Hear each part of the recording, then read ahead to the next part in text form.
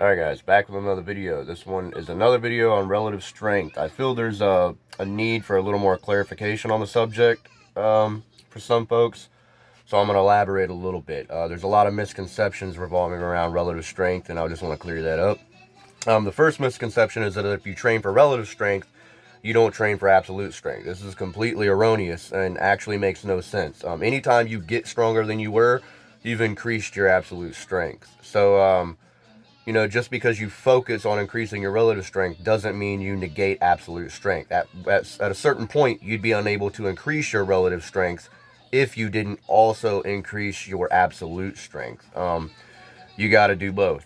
So, there's really, that whole argument is a moot point and it makes no sense. The second thing, there's another misconception that it applies only to small people or weak people. That's false. Some of the strongest people in powerlifting are relative strength athletes. John Hack, for example.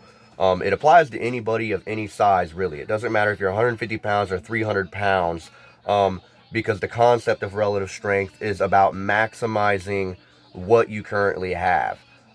If you're 300 pounds, you can still benefit from relative strength because it's about getting stronger without gaining any weight. If you're 300 pounds and you get stronger and you're still at 300 pounds, you've increased your relative strength, and that can be beneficial to you regardless of what your weight is, your weight class, or anything like that.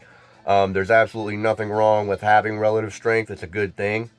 I've heard the argument that it doesn't scale as you increase in weight, and that is true for some people. Certain genetic outliers do scale. I know Claude Boyer, he's one of the ones that he benched 2.5 times his body weight at 165 pounds.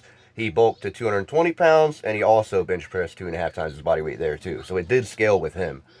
But besides the point, even if it doesn't scale, the more relative strength you have at a smaller body weight, the more absolute strength you're going to have at a bigger body weight. It may not scale exactly, but you will have more absolute strength when you do bulk, as opposed to if your relative strength was lower when you started bulking.